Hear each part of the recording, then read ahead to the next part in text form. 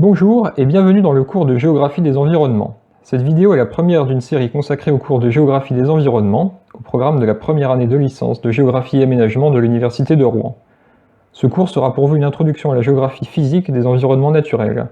Il sera illustré par de nombreux exemples qui ne sont pas à connaître par cœur, mais qui serviront à enrichir votre culture géographique de la Terre.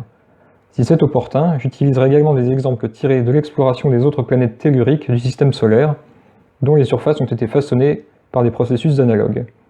Quant aux mots importants à connaître, ils seront écrits en couleur sur les diapositives. Ce chapitre introductif portera sur les processus d'érosion et les formes structurales du relief. En guise d'introduction générale, je vous propose quelques rappels autour de la notion de relief qui va nous intéresser tout au long de ce cours. Comme vous le savez, la géographie physique, c'est l'étude de la surface physique de la Terre. Elle a pour but d'expliquer de façon rationnelle la diversité des paysages et parmi ses applications, la compréhension des contraintes physiques exercées par le milieu naturel sur l'homme.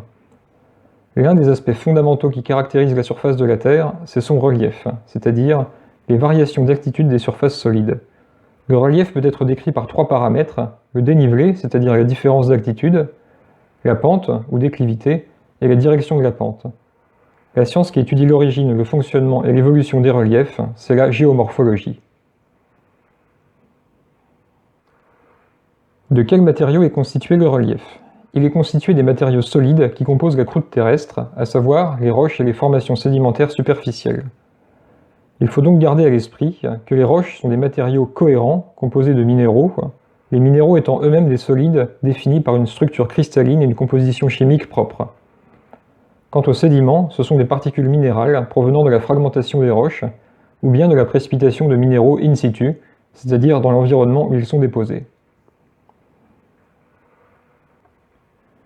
Le développement du relief est soumis à différents facteurs. D'une part, des facteurs structuraux, la structure étant l'agencement des éléments qui constituent la croûte terrestre.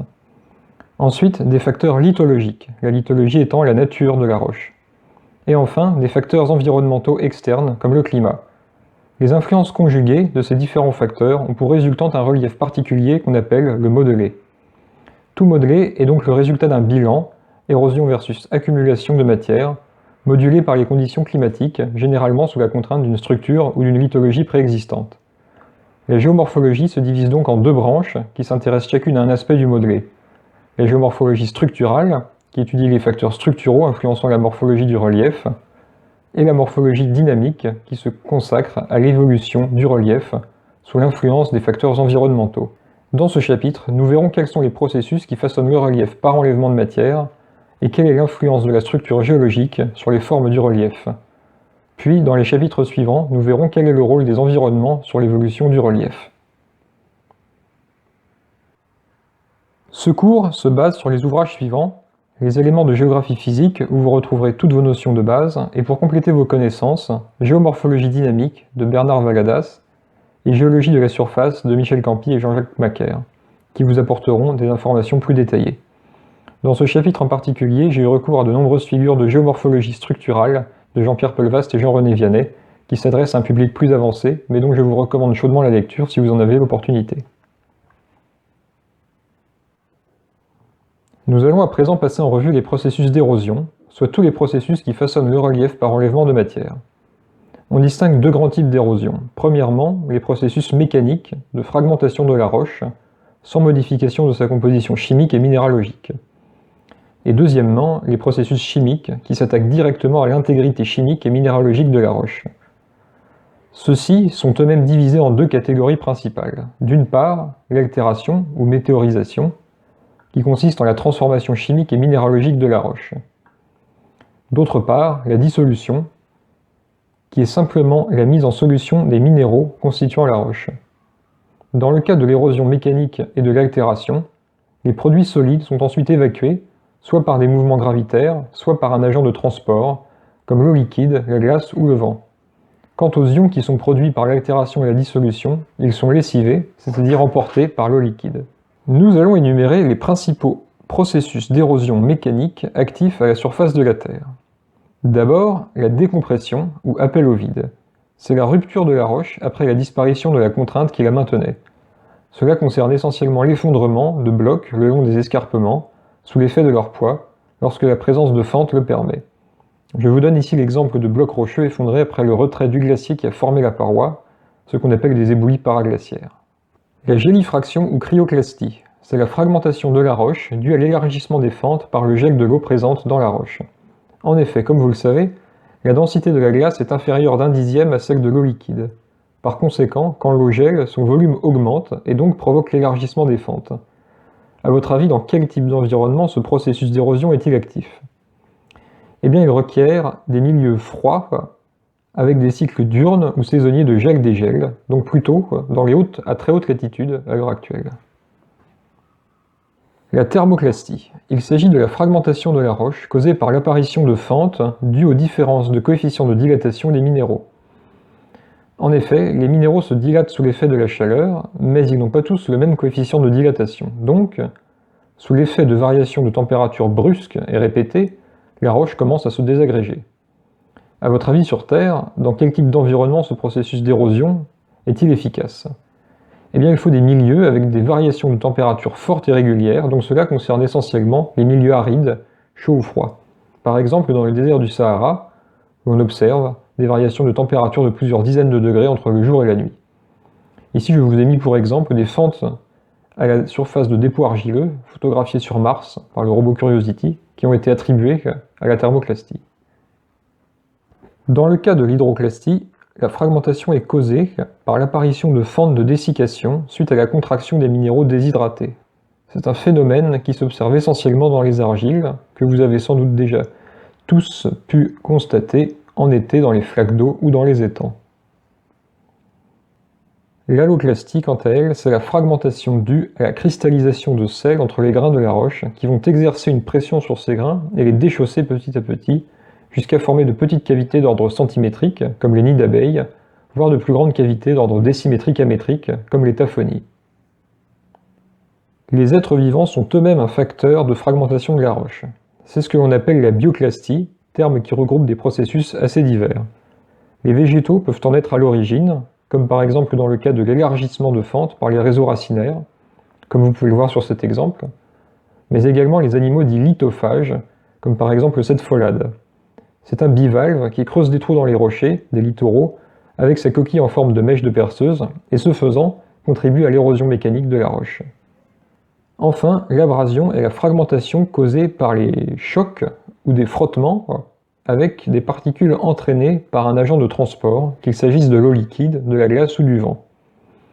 Dans cet exemple, vous voyez une surface rocheuse qui a été polie par le passage d'un glacier, et vous distinguez les stries laissées par les frottements des particules emportées par la glace. Passons à présent au processus d'érosion chimique. Tout d'abord, l'altération, qui concerne les minéraux silicatés, c'est-à-dire composés en partie de silice, SiO2, soit la grande majorité des minéraux présents à la surface de la Terre. L'hydrolyse est une réaction chimique qui aboutit à partir d'un minéral primaire, en présence d'eau, à la production d'un minéral secondaire et d'une solution de lessivage contenant les ions dissous.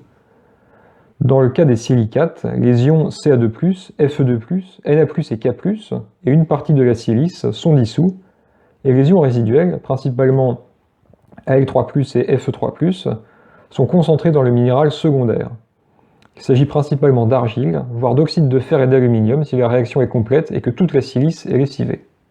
Comme le montre ce diagramme, tous les minéraux n'ont pas la même résistance à l'altération, et c'est un facteur d'érosion différentielle des roches sur laquelle nous reviendrons ultérieurement. L'hydrolyse est favorisée par les fortes précipitations et les hautes températures. Ce processus d'altération est donc plus ou moins efficace en fonction des conditions climatiques. À votre avis, sous quelle latitude l'altération sera-t-elle la plus forte? Eh bien, regardez cette carte des précipitations annuelles. Comme vous pouvez le voir, elle se superpose en grande partie avec la carte des zones d'altération. Logiquement, c'est dans les basses latitudes que l'altération est la plus intense, car c'est là que se trouvent les plus fortes précipitations. Ce diagramme vous montre la distribution latitudinale des produits d'altération.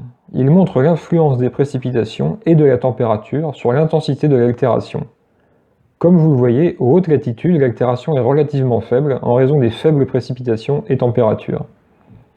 Elle augmente dans les moyennes latitudes, avec la production d'argile, puis diminue dans la ceinture désertique en raison de l'aridité.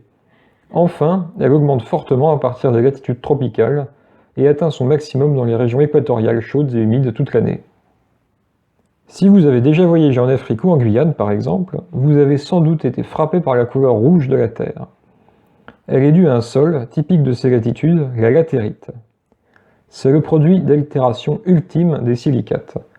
Elle est composée de roches altérées, d'argile et d'oxyde, coiffée par une cuirasse ferrugineuse constituée principalement d'oxyde de fer et d'aluminium qui atteint jusqu'à 10 mètres d'épaisseur. Ce type de sol couvre 32% de la surface des continents.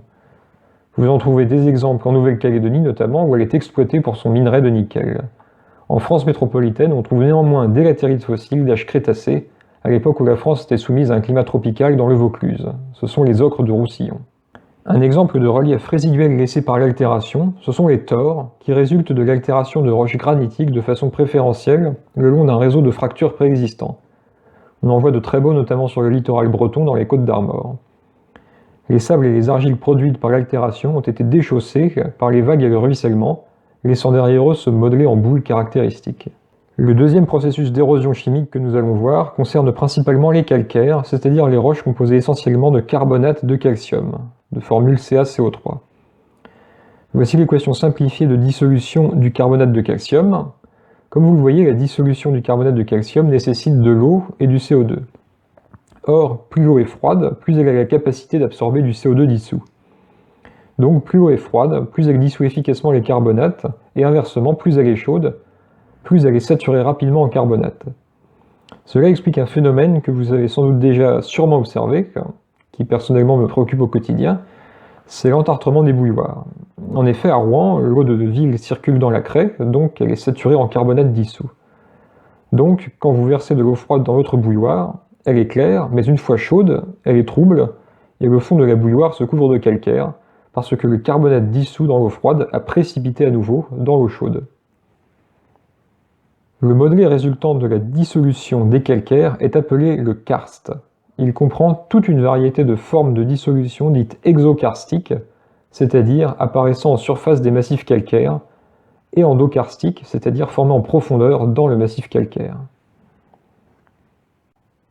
En voici quelques exemples. Les lapiers, des formes allongées générées par le ruissellement de surface, les grottes, de grandes cavités horizontales, ou encore les dolines d'effondrement, de grandes cavités verticales formées par l'effondrement d'une cavité de dissolution.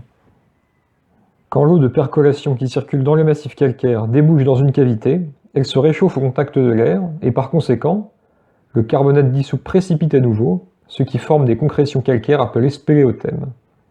En voici quelques exemples, les stalactites, qui précipitent suspendues à la voûte des grottes, les stalagmites, qui précipitent à partir du plancher des grottes, ici dans la grotte de Postojna, en Slovénie, le deuxième plus grand réseau karstique d'Europe, avec environ 20 km de galeries, ou encore les gours en forme de cuvette.